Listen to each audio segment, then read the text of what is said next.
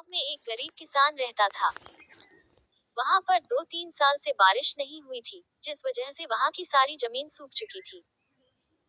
किसान बहुत दुखी था, क्योंकि वो अपने जमीन के ऊपर कोई फसल नहीं उगा पा रहा था। सर्दी का मौसम था। आज किसान पेड़ के नीचे आराम कर रहा था। तभी उसे वहां एक सांप नजर आया। वह सांप अपना फन फैलाए हुए बैठा हुआ था। किसान के मन में एक बात आई। ये सांप काफी सालों से यहाँ रहता है। इसे भी इस अकाल के समय में मेरी तरह खाना ढूंढने में परेशानी होगी।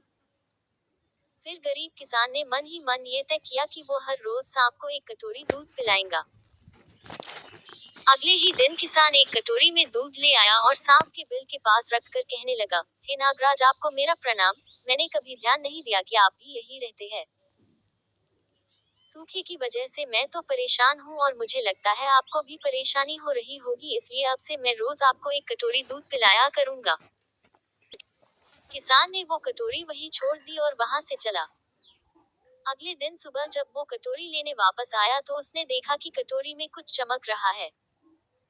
किसान ने कटोरी को उठाकर देखा तो उसके अंदर एक सोने का सिक्का था।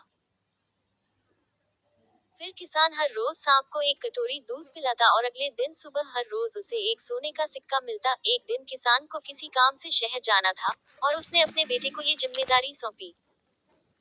उसने अपने बेटे को कहा, बेटा, ध्यान से एक कटोरी दूध सांप के बिल के पास रख देना। किसान के बेटे ने अपने पिता के कहे अनुसार एक कटोरी दूध सांप के बिल के पास रख दी। अगली सुबह उसे भी सोने का सिक्का मिला।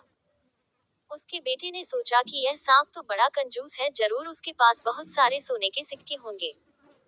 लेकिन ये तो हर रोज बस एक ही सिक्का देता है। अगर मैं इसे मार दूं तो मैं इसके सारे सोने के सिक्के ले सकता हूँ। अगली शाम जब लड़का दूध देने के लिए गया तो उसने सांप को देखते ही उस पर छड़ी से वार किया, मगर सांप भी सतर्क था। उसे छड़ी तो लगी पर उसने किसान के बेटे को भी डंस लिया। सांप का विष बहुत ही जहरीला था। देखते ही देखते को देखा कि सांप को भी काफी चोट आई है। उसे देखते ही वह समझ गया कि उसके बेटे ने सांप पर हमला किया होगा। वो समझ गया कि परिस्थिति ही कुछ ऐसी हो गई होगी कि सांप ने उसके बेटे को डसा होगा। उसने हाथ जोड़कर सांप से माफी मांगी और सांप से अपने बेटे को वापस लाने के लिए कहा। थोड़ी देर बाद सांप अपने बिल में जाकर बाहर आया और उसने किसान को एक जड़ी बूटी दी। गरीब किसान जड़ी बूटी लेकर अपने मरे हुए बेटी के पास गया। उसने उसके नाक के पास वो जड़ी बूटी रखी। थोड़ी देर बाद उसका बेटा खांसता हुआ उठ खड़ा हुआ। जिंदा होने के बाद किसान के बेटे को उसकी गलती का एहसास हुआ। वो अपने पिता के साथ सांप के बिल के पास गया और उससे हाथ जोड़कर माफी मांगी और बोला, हे नागराज, मुझे क्षमा कर दीजिए। अब मैं किसी भी पशु, पक्षी या जानवर पर हमला नहीं करूंगा। मुझे क्षमा दान दें। सांप ने भी खुश होकर अपना सिर हिलाया और वापस अपने बिल में चला गया। इस कहानी से हमें दो सीख मिलती है। पहली ये कि लालच करना बुरी बात, और दूसरी सीख ये है कि हमें निर्दोष जीवों पे हमला नहीं करना चाहिए।